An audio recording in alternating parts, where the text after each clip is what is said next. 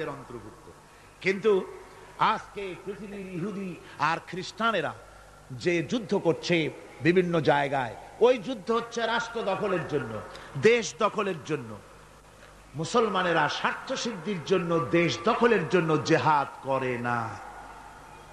জিহাদ সম্পর্কে যে ধারণার, কুধারণা এবং মিথ্যা ধারণার সৃষ্টি করা হয়েছে, তার কারণেই যে ওরা জানে না মুসলমান কি।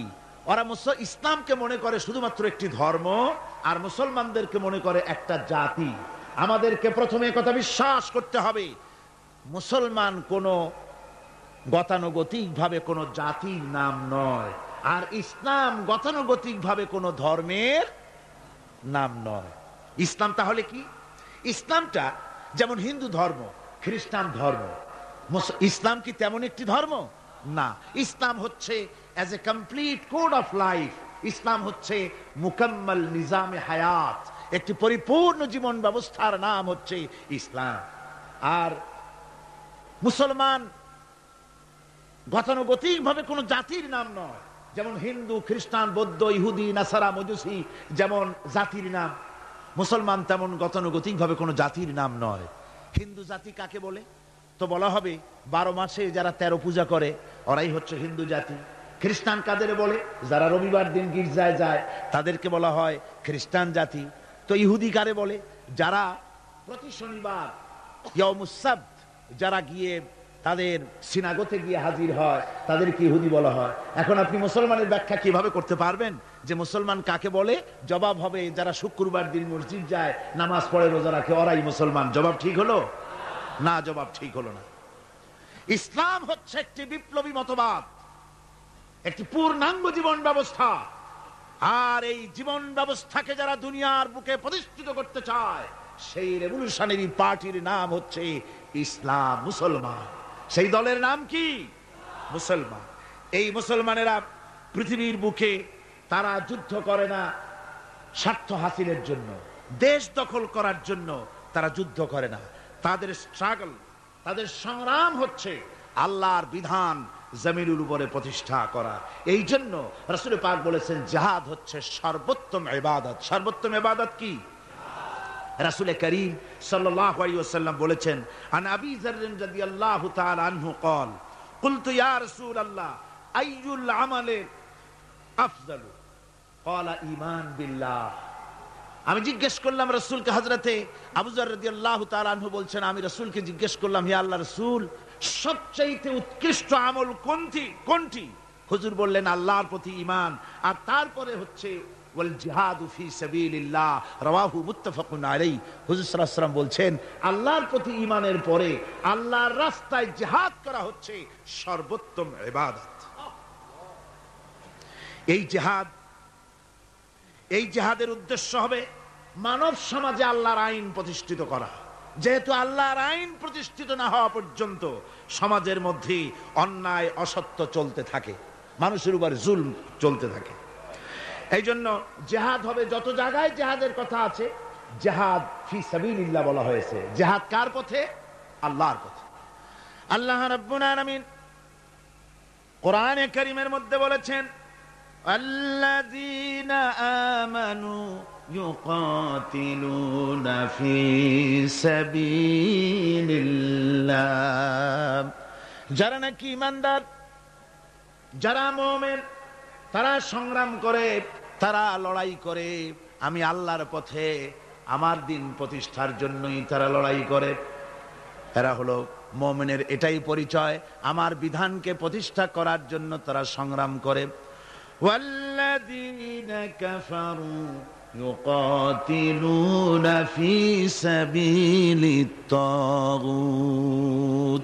আর যারা নাকি কাফের, যারা মহাসত্যকে অস্বীকার করেছে, কেবলমাত্র ওরাই তাগুতের মতবাদকে প্রতিষ্ঠিত করার জন্য তারা সংগ্রাম চালায়। তাহলে মুমিন সংগ্রাম করে কার পথে? আল্লাহর পথে। আর কাফের সংগ্রাম করে কার পথে? তাগুতের পথে। তাগুত কাকে বলা হয়?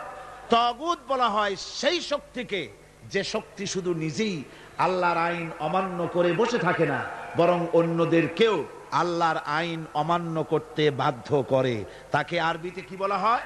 তাগুত বলা হয়। এই জন্য নদীর মধ্যে পানি যখন প্রবাহিত হয়, নদীর দুইটা কুল আছে। কয়টা কুল? এই দুই কুলের সীমারেখা ঠিক রেখে পানি যদি প্রবাহিত হয় তখন বলা হয় যে পানি নদীর আইন কানুন মেনে চলছে।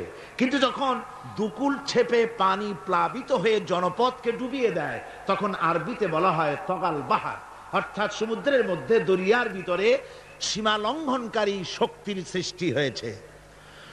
দেখুন হযরত মূসা আলাইহিস সালামকে আল্লাহ রাব্বুল আলামিন তাকে বলছেন, ইযহাব ইলা ফিরআউনা ইন্নাহু তাগাব। ফিরআউন সরকাশ হয়েছে, সীমা লঙ্ঘন করেছে, ওর বিরুদ্ধে ওর কাছে তুমি চলে যাও, ওকে তুমি দ্বীনের দাওয়াত ওর সামনে গিয়ে পেশ করো। তো এভাবে করে দ্বীনের দাওয়াত দেওয়ার জন্য তাগুতরা চিরকাল বাধা দিয়েছে, আর মুমিন ব্যক্তিরা আল্লাহর দ্বীনকে প্রতিষ্ঠার জন্য সংগ্রাম করেছে। তাই জিহাদ এজন্য নয় যে খোদাদ্রোহীকে উৎখাত করে সেখানে নিজেরা গদি দখল করে বসে নিজেদের মন গড়া আইন ও কানুন চালাবো, এজন্য কিন্তু এই যুদ্ধ নয়, এই জিহাদ নয়। এই জিহাদকে এই জন্যই সর্বোত্তম ইবাদত করা হয়েছে, যেহেতু এই জিহাদ করে মানুষের উপর থেকে মানুষের প্রভুত্ব খতম করার জন্যই এই জিহাদ হবে। ইসলামের সর্বশ্রেষ্ঠ বিপ্লবী আহ্বান, এই কোরআনের মধ্যে যে বিপ্লবী আহ্বান জানানো হয়েছে, সে বিপ্লবী আহ্বান মুসলমানদের জন্য শুধু নয়, গোটা বিশ্ববাসীর জন্য। জিহাদটা কি জন্য শুনুন।